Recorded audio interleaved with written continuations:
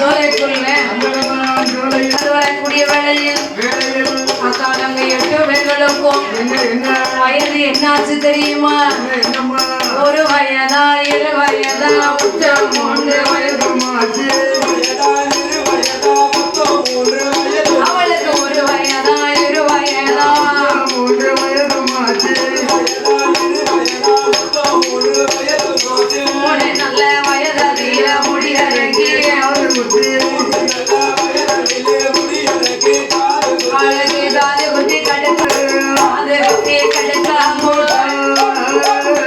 கைக்கு தங்க காப்பு போட்டாள். அது குத்தி கைக்கு தங்க காப்பு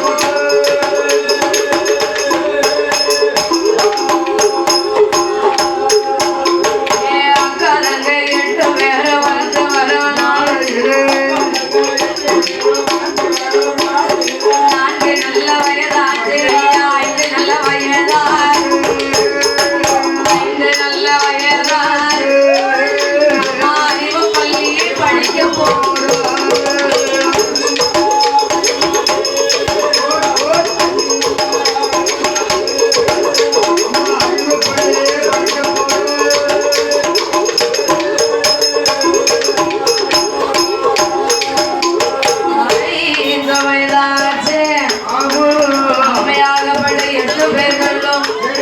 அறிவு பள்ளி படிக்க வேண்டும் என்று சந்தனமாமா முனிவர் அதற்கென்று ஒரு நல்ல நாளை தேர்ந்தெடுத்தார். சரஸ்வதி பூஜையிலே ஒரு குழந்தை படிக்க வச்சா அந்த குழந்தைக்கு நல்ல முறையிலே கல்வி வளரும். ஆமா அப்படியா ஒரு பிள்ளை நல்ல படிப்பு வரும். அப்பேற்பட்ட நாள் அந்த சரஸ்வதி பூஜை. அந்த சரஸ்வதி பூஜை என்று சந்தனமா முனிவர் அவர் என்ன செய்கிறார் தெரியுமா? காயாத பகையதிலே கண்ணீர் மனம் கொடுத்தெடுத்து காயாத பகையதிலே கண்ணீர் மனம் கொடுத்தெடுத்தார்.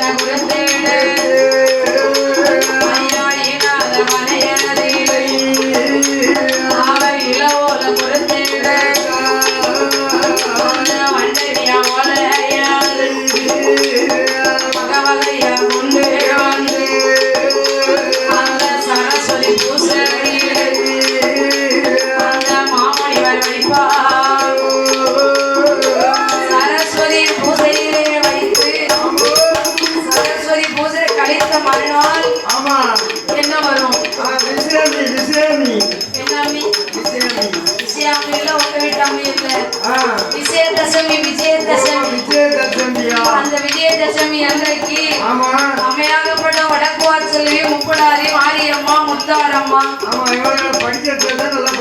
அப்படி என்று கிழக்கு முகமாக அமர வைத்தார். ஒரு எழுத்தாணி கை கொடுத்து என்னத்துக்குமா ஆணியை கொண்டு கையில கொடுத்தாரு? உங்க தலை நெருக்கியா கொடுப்பாங்க. எதுக்கு? அந்த காலத்துலன்னு சொன்னா ஆமா. நோட்டு கிடையாது, கிடையாது, பேனா கிடையாது, கிடையாது, பென்சில் கிடையாது, அழிக்க ரப்பர் கிடையாது, எதுவுமே கிடையாது. எத்தனை வரை படிச்சாலும் சரி ஆமா. ஒரே ஒரு ஓலை சுவடி, ஒரே ஒரு எழுத்தாணி தான். அப்ப பெரிய பேக்கு, இந்த 1000 ரூபாய்க்கு பேக்கு அதெல்லாம் கிடையாது.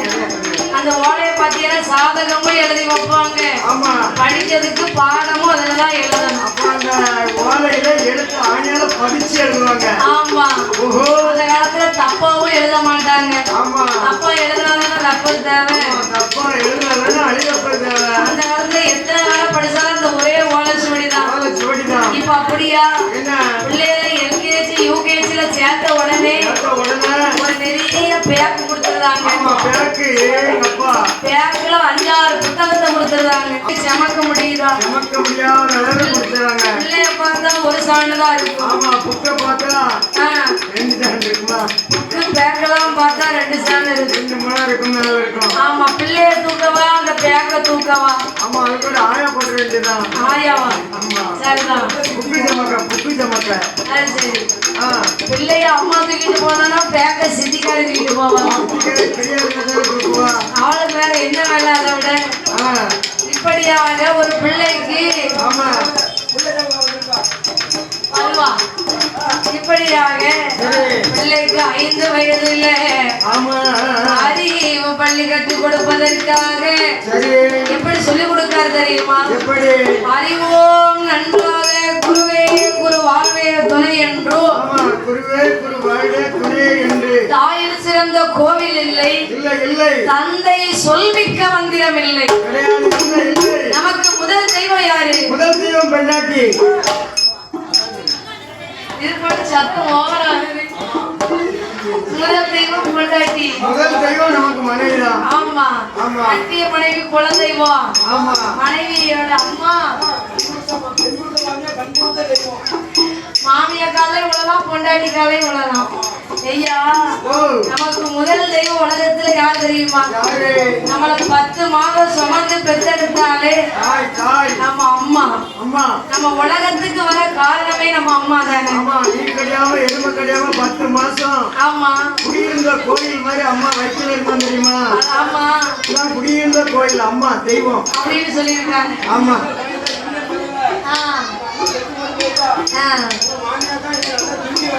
என்ன பெத்து போட்டோன்னு உங்க மாமியா வந்து வளர்த்துட்டாளோ? அது சரி. ஐயா, நமக்கு உலகத்திலே முதல் தெய்வம் நம்ம அம்மா தான். அம்மா தாயே தான். 1000 கோவிலுக்கு போவது சரி, அம்மா காலை தொட்டு வணங்குவதும் சரி. நம்ம கோயிலுக்கே போக வேண்டாம். 1000 கோயிலுக்கு போனதுக்கு சமம் நம்ம அம்மா காலை தொட்டு வணங்குது.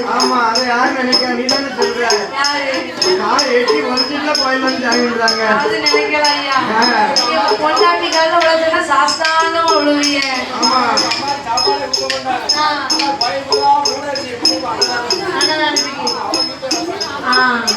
இப்படி இருந்தா உனக்கு என்ன இருக்கும்?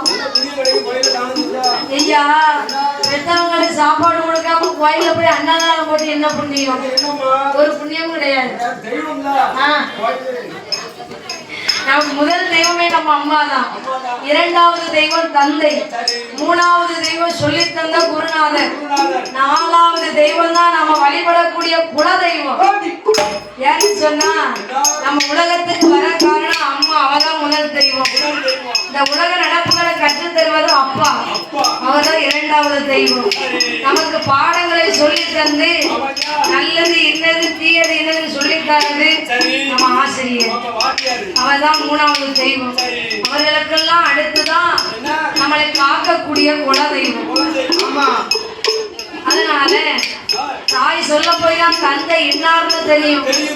தந்தை சொல்ல போய் தான் குருநாதர் இன்னார்னு தெரியும். குருநாதர் நம்மளுக்கு பாட சொல்லித்தர போய் தான் நம்ம குலதெய்வம் வணங்குவா செல்வி, அம்மா முப்புடாதி அப்படின்னு இப்படியாக சொல்லி எப்படி அறிவு பள்ளி கற்றுக் கொடுக்க தெரியுமா?